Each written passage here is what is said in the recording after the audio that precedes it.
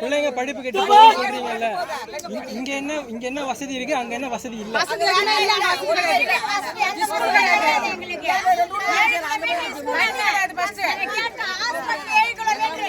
நாங்க போகும்போது ஆட்டோல நாங்க செத்துருவாங்க.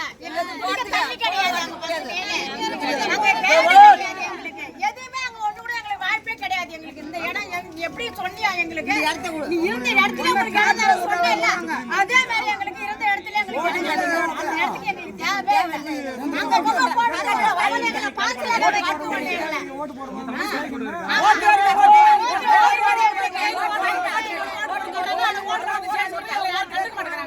நாங்க தெருவுல